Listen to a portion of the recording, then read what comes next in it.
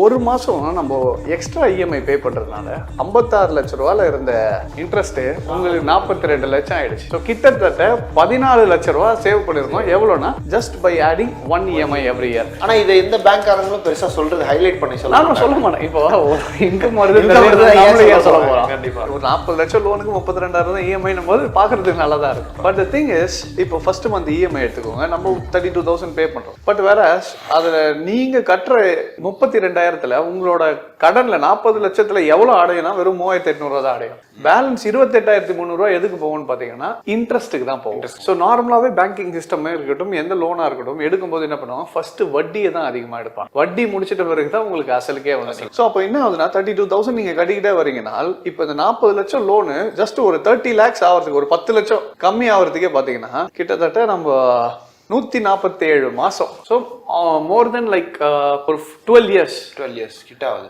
கிட்டத்தட்ட ஒரு 12-12.5 வருஷம் வந்து ஒரு 10 லட்சம் கம்மியாகிறதுக்கே உங்களுக்கு 12.5 வருஷம் ஆயிடுச்சு. பட் இதே நீங்க இதுக்கு வட்டி மட்டும் எவ்வளவு கட்டி இருக்கீங்க இந்த 12.5 வருஷத்துக்குள்ள, ஸோ இந்த 12.5 வருஷத்துல 10 லட்சம் நீங்க கட்டி முடிக்கிறதுக்குள்ள வட்டி மட்டும் எவ்வளவு கட்டிருக்குன்னா 37,37,000 ரூபாய் கட்டிட்டோம். ஆல்மோஸ்ட் இப்போ நீங்க ஒரு 10 வருஷத்துல என்ன பண்ணிருக்கீங்கன்னா வட்டி மட்டும் தான் கட்டிருக்கீங்க. மக்களுக்கு என்ன தெரியலன்னா 20-25 வருஷம் தானே ஆச்சும், 12.5 வருஷம் ஆல்மோஸ்ட் என்ன பண்ணிட்டோம், இஎம்ஐ கட்டிட்டோம். அப்போ கிட்டத்தட்ட 50% என்ன ஆயிருக்கும், நமக்கு ஆப்வியஸா கம்மியாயிருக்கும். பேலன்ஸ் இருக்க ஒரு லட்ச 20 lakhs வந்து நம்ம கட்டி முடிக்கலாம் ஒரு 10 வருஷம் 15 வருஷம் கழிச்சு. போய் பேங்க்ல இருந்தீங்கன்னா கடைசியில எவ்வளவு அவுட் ஸ்டாண்டிங் இருக்குன்னா இன்னும் 30 லட்சம் கட்டணும்னு வந்து நினைக்கும். நம்ம பாதி முடிஞ்சிச்சுன்னு நினைப்போம். ஆனா முடிஞ்சது என்னவோ பாத்தீங்கன்னா வெறும் 20% 25% தான் முடிஞ்சிருக்கு. ஸோ இந்த தெரியாததுனால தான் நிறைய பேர் இந்த சைக்கிள்ல மாட்டிக்கிறாங்க. இப்போ இதுல வந்து 2 மெத்தட்ஸ் இருக்கு இதுல வந்து தப்பிக்கிறதுக்கு. இப்போ என்ன பண்ண போறோம்னா, இப்போ 12 மாசம் 32,000 ரூபாய் கட்டிட்டு இருக்கீங்கன்னா நீங்க என்ன பண்ண போறீங்க, இப்போ ஜஸ்ட் ஒரே ஒரு மாசம் நம்ம எக்ஸ்ட்ரா இஎம்ஐ பே பண்றதுனால 56 லட்ச ரூபாயில இருந்த இன்ட்ரெஸ்ட் உங்களுக்கு 42 லட்சம் ஆயிடுச்சு. ஸோ கிட்டத்தட்ட 14 லட்ச ரூபா சேவ் பண்ணிருக்கோம். எவ்வளோனா just by adding 1 EMI every year.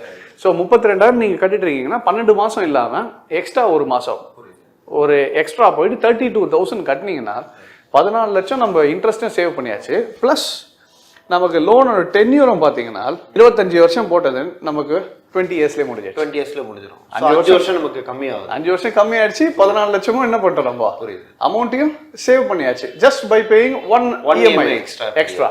இது நிறைய பேருக்கு என்னன்னா, அந்த ஒரு எக்ஸ்ட்ரா இஎம்ஐ பே பண்றதுக்கு பதில் 10 வருஷம் நீங்க இந்த இஎம்ஐ சேர்த்து வச்சுட்டு 10வது வருஷம் நான் 32,000 கட்டல, 10 வருஷமா 30 சேர்த்து 3 லட்ச ரூபாய் எடுத்துட்டு போய் கட்டினீங்கனாலும் யூஸ் வேலிட் இல்லை. ஏன்னா கிட்டத்தட்ட உங்களுக்கு எதுல போயிடுச்சு, வட்டி ஆல்ரெடி முடிஞ்சிருச்சு. ஸோ எப்பவுமே ஸ்டார்டிங்ல இருந்து ஃபினான்ஷியல் நம்ம கரெக்டா மூவ் பண்ணோம்னா everything can be made in a simpler way. இது ஒரு மெத்தட். இப்போ இது கட்டுறதுனால நமக்கு 14 lakhs பிளஸ் 5 இயர்ஸ் கம்மியாச்சு. ஆனா இதை எந்த பேங்க்காரங்களும் பெருசா சொல்றது ஹைலைட் பண்ணி நான் சொல்ல மாட்டேன். இப்போ இன்கம் வருது சொல்ல போறோம். கண்டிப்பா இன்னும் ஒரு மெத்தட் இருக்கு. இதுல என்ன பண்ண போறோம்னா, இப்போ EMI increase by % every year.